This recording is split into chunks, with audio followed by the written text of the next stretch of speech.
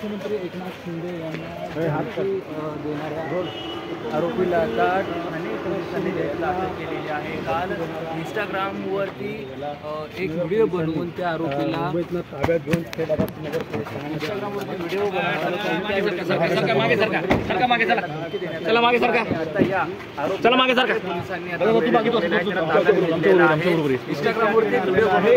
काय प्रॉब्लेम आहे, काय कारण आहे? श्रीनगर पोलिसांनी आता ताब्यात घेतला आहे। सर लवकर कामगिरी करण्यात आलेली आहे। या ठिकाणी 3 ते 4 ती बनवण्यात आल्या होत्या।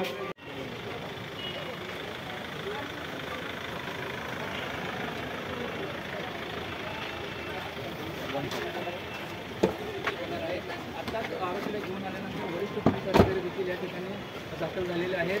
पोलीस उपायुक्त आहेत प्रशांत कदम ते देखील या ठिकाणी दाखल झालेले आहेत। त्याबरोबर बस इथे थांबावं, जाऊ द्या, हे पाहणं महत्त्वाचं असणार आहे।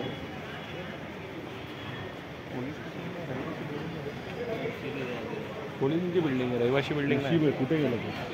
श्रीनगर पोलिसांमध्ये आता हसलेला वेग आलेला आहे। पोलीस उपायुक्त देखील या ठिकाणी वरिष्ठ पोलीस दिनांक 5/1/2025 रोजी एक इंस्टाग्रामला एक लाईव्ह व्हिडिओ आपल्याला मिळाला होता।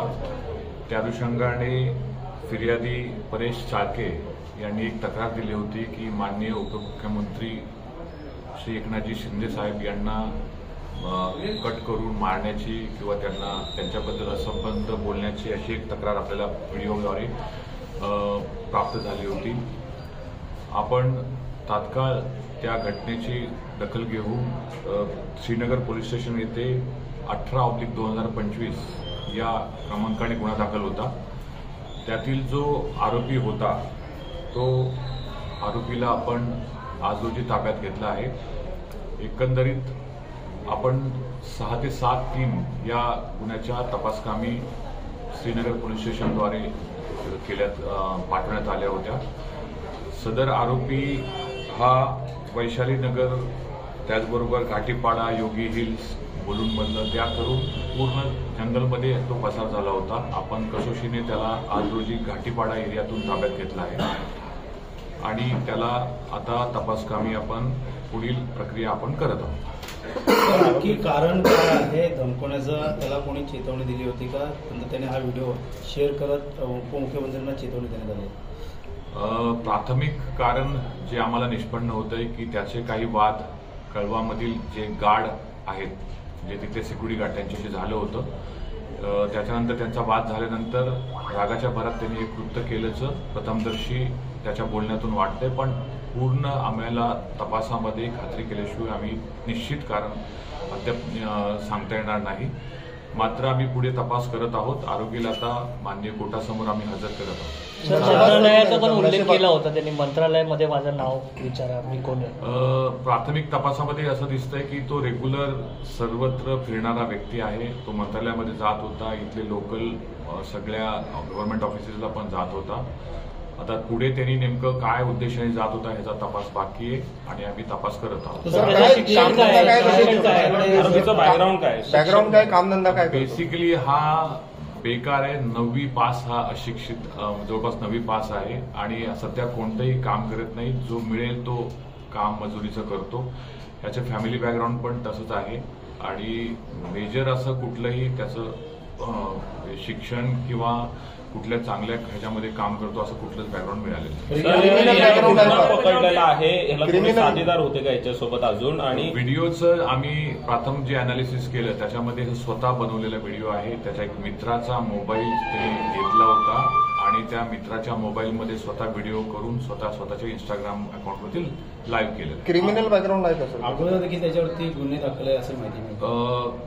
आम्ही त्याचे बॅकग्राऊंड पूर्ण व्हेरीफाय केलेलं आहे। त्याच्यावरती काही गुन्हे श्रीनगर आणि राबोडीमध्ये दाखल आहेत। सर काय हत्या काय रिकव्हरी काय केली? अद्याप काहीच रिकव्हरी नाहीये, पण पुढे तपासामध्ये आम्ही पूर्ण जे कारवाई आहे कारण का हे अत्यंत सेन्सिटिव्ह प्रकरण आहे, आम्ही व्यवस्थित त्याचं तपास करू।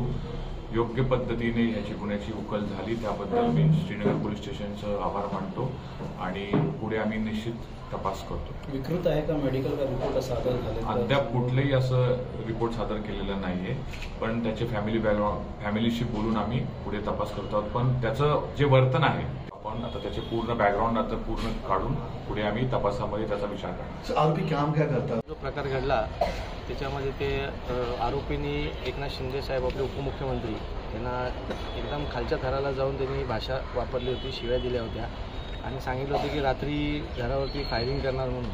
मग आम्ही सगळे आमचे पदाधिकारी घेऊन इकडे येऊन आम्ही जी गुन्हा दाखल केला त्याच्यावरती पोलिसांनी श्रीनगर पोलीस स्टेशननी खूप क्विक ॲक्शन घेऊन 12 तासाच्या आत त्याला अटक केली.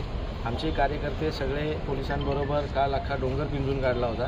जिथे माहिती भेटली तिथे मारुती बालशंकर, सगळे सुनील मोरे, सगळे आमचे पदाधिकारी पोलिसांबरोबर त्यांना सहकार्य करत होते. पण सकाळी तो मुंबईला त्याला ट्रेस झाले आणि पोलिसांनी 12 तासाच्या आत छडा लावून त्याला अटक केली. वेळीच जर ट्रेस नसेल झाला तर नाचक्की झाली असती पोलिसांची. त्याशिवाय तुम्ही आता या ठिकाणी जसं त्याला आणलं ना ते शिवसैनिक स्टाईल दाखवली असते. नाही, आम्हाला भेटला असता तर आम्ही त्याला आमच्या पद्धतीने विचारणा केलीच असती की बाबा असं का केलंस.